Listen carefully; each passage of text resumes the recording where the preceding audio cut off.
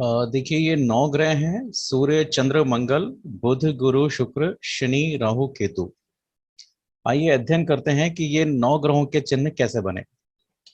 तो सबसे पहले सूर्य को देखिए कि गोले के अंदर गोला दिखता है। जब सूर्य को आप ध्यान से देखोगे तो सर्कल के अंदर सर्कल दिखेगा, तो ये आपके सूर्य के चिन्ह बन जाएंगे। ठीक है, ये ओके। फिर चंद्रमा को जब आप देखोगे तो बदलती हुई कला के रूप में आपको दिखाई देगा, तो ये ओके। ठीक है, फिर पृथ्वी को गोल माना है और मनुष्य को ऐसे माना है। ठीक है, तो जब मनुष्य मेहनत करता है, कोई हिम्मत साहस से कोई काम करता है, तो ये मंगल का चिन्ह बन जाता है। इसको हम शॉर्ट में ऐसे भी लिख देते हैं छोटे में, तो ये मंगल बन जाता है।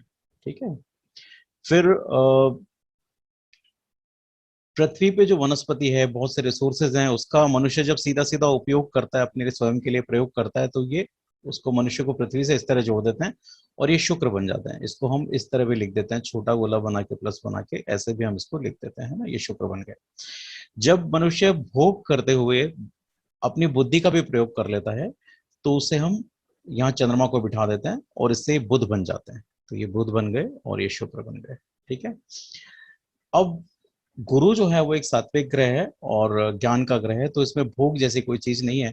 तो मनुष्य जब बिना भोग के और सिर्फ ज्ञान की बात करता है, तो हम चंद्रमा को यहाँ बिठाते हैं और ये गुरु बन जाते हैं। तो हम गुरु को ऐसा भी लिख सकते हैं, इस तरह से गुरु बन जाता है। ठीक है, फिर मनुष्य जब थोड़ा सा निराशाजनक ढंग से सोचता है, किसी चीज के बारे में थोड़ा सा विचार करता है, रुक जाता है, तो ये शनि बन जाते हैं।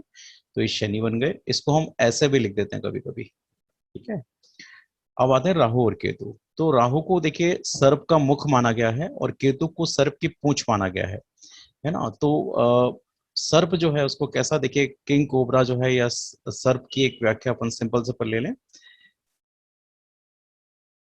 तो इस तरह से।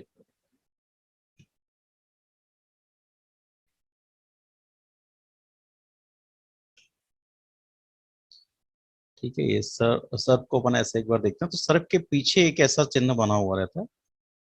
ठीक है, तो जब सर्प किसी को डसता है, तो वो राहु बन जाता है।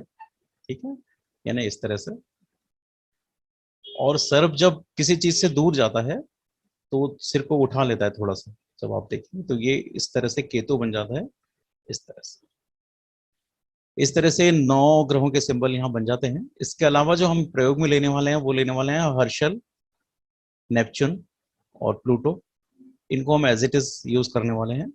ठीक है, इस तरह से सिंबल, इनको अगर आप एक बार समझ लेंगे तो ये हमेशा के लिए याद हो जाएंगे।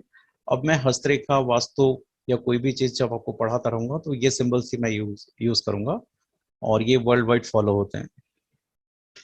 नमस्कार।